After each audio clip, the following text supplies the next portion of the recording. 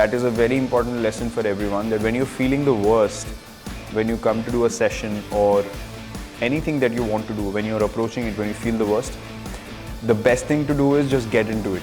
The first 10 minutes feel very bad, but then immediately after those 10 minutes, what you feel afterwards is something magical.